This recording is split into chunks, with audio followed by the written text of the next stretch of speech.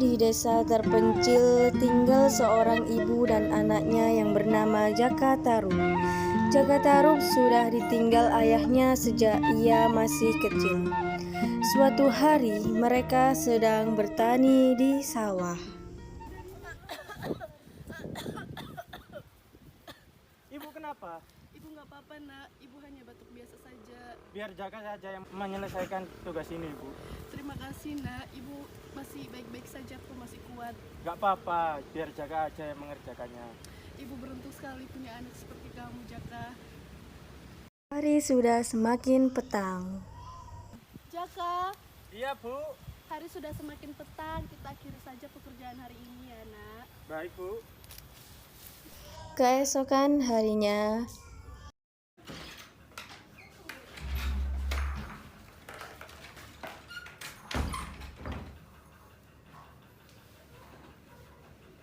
Tumben Ibu menyiapkan makan hari ini. Sudah tidak apa-apa nak, ibu hanya tidak ingin kamu kelelahan saat bekerja. Terima kasih, Bu. Iya sama-sama nak, sepertinya nanti ibu tidak bisa pergi bersama kamu bertani. Ya sudah, Bu. Biar Jaka saja. Ibu hati-hati di rumah ya. Iya nak. Jaka pun menuju sawahnya untuk bertani. Walaupun hanya pergi bekerja sendirian, ia tetap semangat demi ibunya yang sedang lemah di rumah. Andai saja Jaka jadi suamiku, aku pasti bahagia. Hari sudah petang, saatnya Jaka Tarub pulang ke rumah membawa hasil panennya. Tak lama kemudian, Jaka Tarub menemukan ibunya tergeletak di lantai. Ibu kenapa? Maafkan semua kesalahan ibu nak, ibu harus pergi. Ini permintaan terakhir ibu nak. Carilah pendamping hidup yang bisa mendampingi kamu, Jaka. Jangan tinggalkan aku, Bu. Jaka Tarub menyesali perbuatannya yang telah membiarkan ibunya yang lemah di rumah sendirian. Ia kemudian menyendiri dan terlihat selalu murung. Suatu hari, Jaka Tarub pergi ke hutan untuk menghilangkan beban pikirannya. Suasana di taman, 3 bidadari sedang duduk sambil bercengkrama.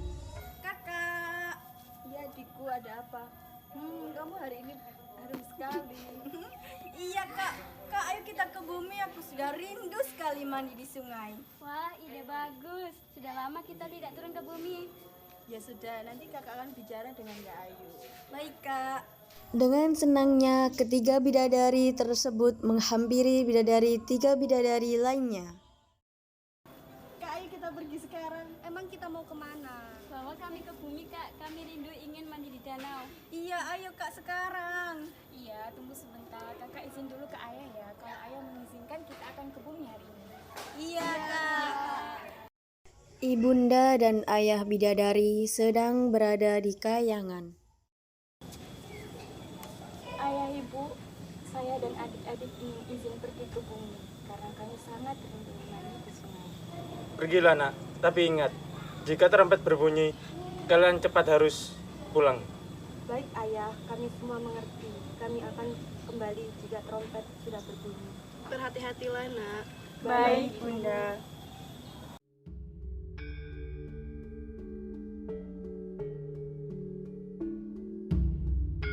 Suatu ketika, Jaka Tarub sedang di hutan untuk menghilangkan kepenatan sambil berburu makan siang. Tanpa disengaja, Jaka Tarub mendengarkan sayup-sayup suara wanita yang sedang bercanda. Jaka Tarub berjalan mendekat menuju danau. Kemudian, ia menemukan pakaian wanita-wanita tersebut yang tergeletak berserakan. Setelah memilih, ia mencuri salah satu selendang dan menyembunyikannya. Trompet kerajaan dari kayangan berbunyi.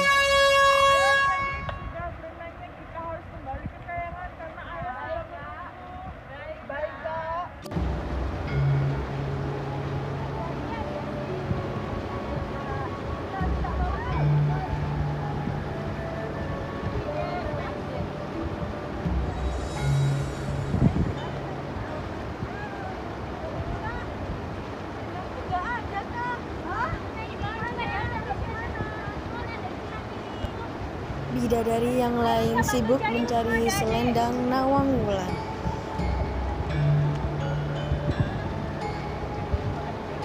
Semua bidadari dengan berat hati meninggalkan Nawang Wulan di bumi. Maafkan kami Nawang Wulan, sejak tadi dirimu sudah masuk tinggal di bumi. Bagaimana denganku, Kak? Kamu tidak bisa berbuat apa-apa, Nawang Wulan. Jaga diri kamu baik-baik.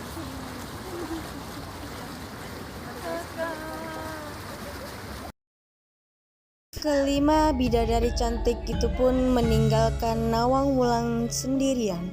Selendang merah Nawang Wulan masih belum ia temukan. Nawang Wulan merasa kesepian dan menangis di tepi danau. Jakataru pun akhirnya keluar dari persembunyiannya. Ia mendekati Nawang Wulan dan menghiburnya.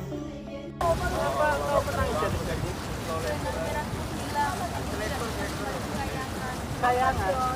Jadi kamu seorang bidadari? Tidak usah takut begitu. Aku tak akan melukaimu. Daripada kamu tinggal di hutan sendirian, lebih baik ke rumahku. Baiklah. Pakailah ini. Namamu siapa? Dengan senangnya Nawang Wulan akhirnya mengikuti Jakataru menuju rumah Jakataru.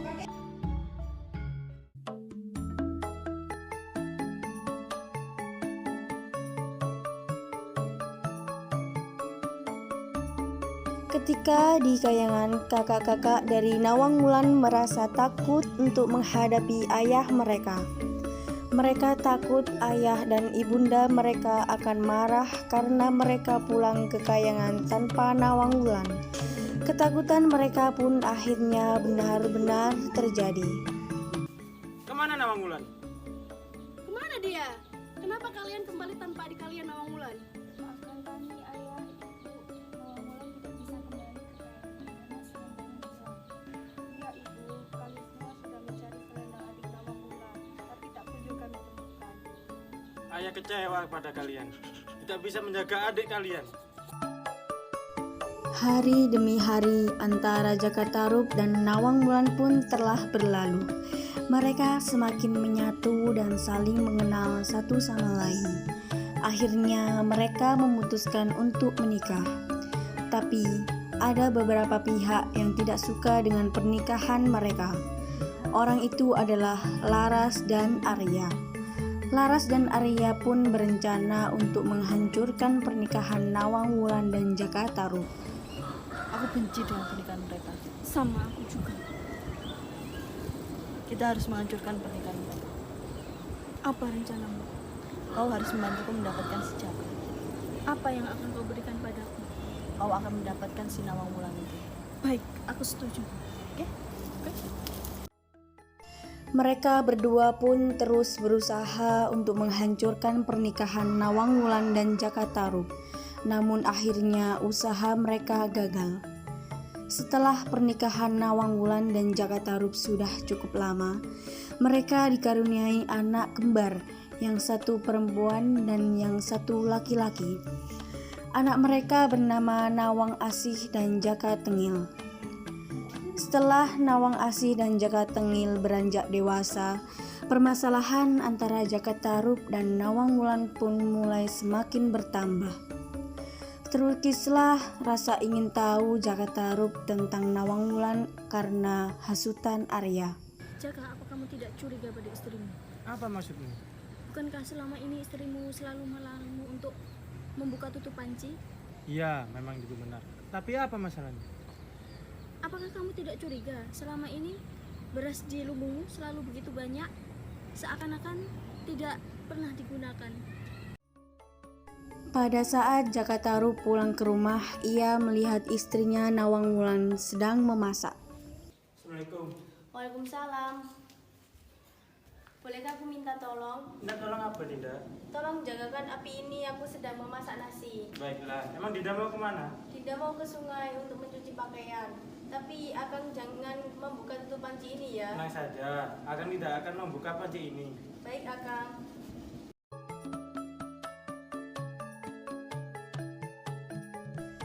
Setelah Nawang Wulan pergi, Jakatarup ingat dengan perkataan Arya.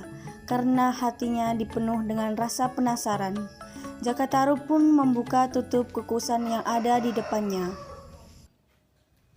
Hah? Ternyata Nawangwulan selama ini hanya memasak setangkai padi.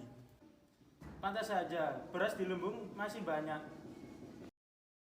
Dan tiba-tiba Nawangwulan datang selesai mencuci pakaian di sungai. Akan sedang apa? Akang tidak apa-apa, Dinda. Akang harus pergi ke ladang sekarang.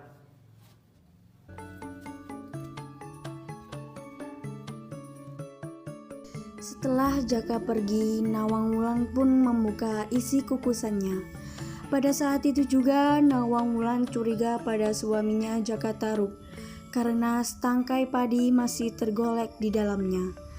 Taulah ia bahwa suaminya telah membuka kukusan itu hingga kesaktiannya hilang. Sejak saat itu Nawangwulan harus menumbuk dan menapi beras untuk dimasak. Seperti wanita pada umumnya, karena tumpukan padinya terus berkurang, suatu hari Nawangwulan menemukan selendang bidadarinya yang terselip di antara tumpukan padi. Taulah ia bahwa suaminya lah yang telah menyembunyikannya selendang itu. Ternyata Jakatarup menyembunyikan selendangku. Mungkin ini sudah kehendak yang di atas. Setelah Nawangwulan mengetahui bahwa selendangnya dicuri oleh suaminya Jakatarup, Nawangwulan pun memutuskan untuk kembali ke Kahyangan dan meninggalkan Jakatarup dan kedua anaknya. Aku harus pergi, Akang. Mau kemana, Dinda? Aku harus pergi ke Kahyangan. Bagaimana dengan nasib anak-anak kita? Aku yakin Akang bisa menjaga anak kita. Apa kamu tega dengan meninggalkan anak kita sendirian? Ini bukan tempatku. Aku harus pergi ke Kahyangan. Akhirnya dengan penuh rasa keterpaksaan, Jakatarup mengikhlaskan kepergian Nawangwulan. Dia mengantarkan kepergian Nawangwulan dengan berlinang air mata.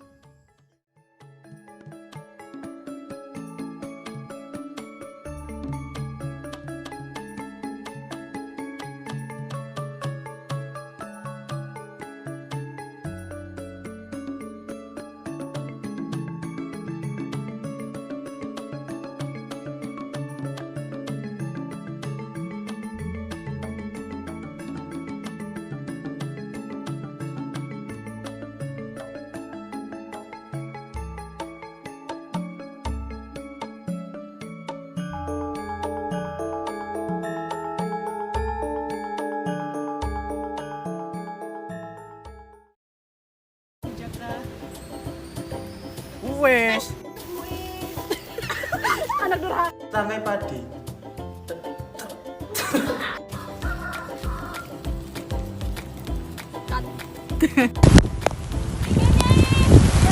Ini lah. Bisa menjaga adik kalian.